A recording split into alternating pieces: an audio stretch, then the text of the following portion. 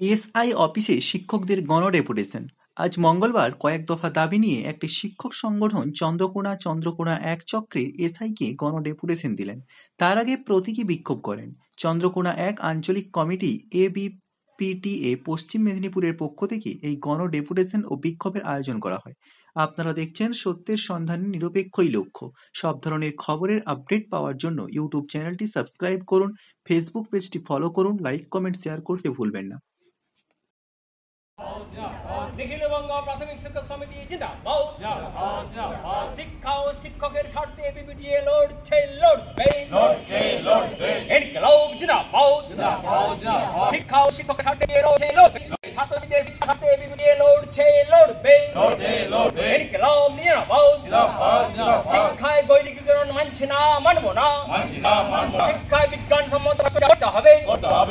ইনকিলাব জিন্দাবাদ। নিখিলবঙ্গ প্রাথমিক শিক্ষক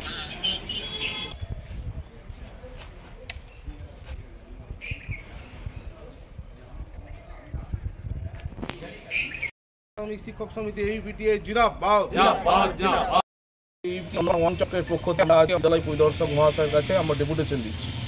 আমরা সুনির্দিষ্টভাবে কত কিছু বলতে চাই। আমরা বলতে চাই যে কেন্দ্রের সরকার এবং রাজ্যের সরকার যেভাবে শিক্ষা ব্যবস্থাকে পরিচালনা করতে চাইছে সেটা বেসরকারিকরণের দিকে। আমরা ভাবে বলতে চাই যে শ্রেণীভিত্তিক শিক্ষক শিক্ষিকার ব্যবস্থা করতে হবে এবং শ্রেণীভিত্তিক শিক্ষক শিক্ষিকা মধ্য দিয়ে আমাদের চক্রের বিভিন্ন বিদ্যালয়ে যে শিক্ষকের অপ্রতুলতা সেটা মেটাতে হবে। রিটায়ারমেন্ট ঘটছে কিন্তু আমরা দেখতে পেলাম নতুন করে কোনো নিয়োগ হচ্ছে না। স্বচ্ছতার ভিত্তিতে নিয়োগ করতে হবে। আমরা বলতে চাই যে এই পরিস্থিতিতে আজকের পরিকাঠামোতে ৫ টাকা ৪৫ পয়সায় আমাদের বিদ্যালয়ের শিক্ষার্থীদের মিড ডে মিল খাওয়াতে হচ্ছে, যেটা বাস্তবসম্মত নয়। অবিলম্বে মিড ডে মিলের ব্যয় বরাদ্দ বাড়াতে হবে। আমরা বলতে চাই যে শিক্ষার্থীদের যে পোশাক সেই নিয়ে বহু ভুরি অভিযোগ আছে। মাপে হয় না, মানে উন্নত, কত পয়সা বরাদ্দ তা আমরা জানতে পারি না।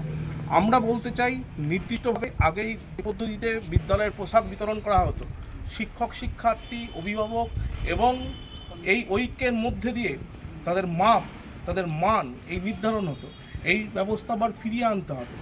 আমাদের সংগঠনের একটা অন্যতম জয় আপনারা দেখেছেন যে ডিএলএড করার পর যে ৩৬০০ টাকা গেট পের বিষয়ে টালবাহানা চলছিল।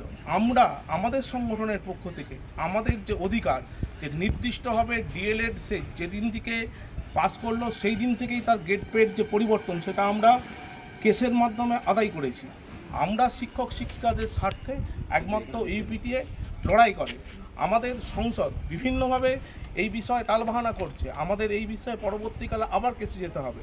আপনারা জানেন আমাদের রাজ্যে বিভিন্ন জেলায় প্রধান শিক্ষক শিক্ষিকা নিয়োগ হলেও আমাদের জেলাতে ২০১০ সালের পর থেকে এখন পর্যন্ত কোনো প্রধান শিক্ষক শিক্ষিকা নিয়োগ করতে হয়নি।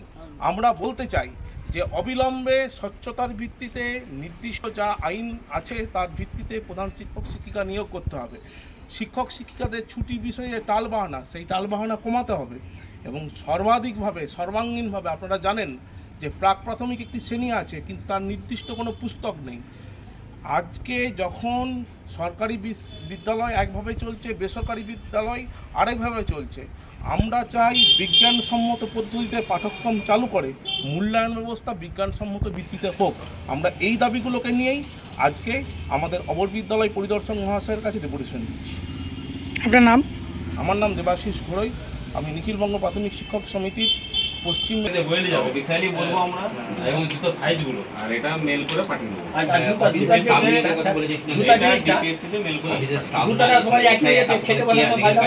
সমস্যা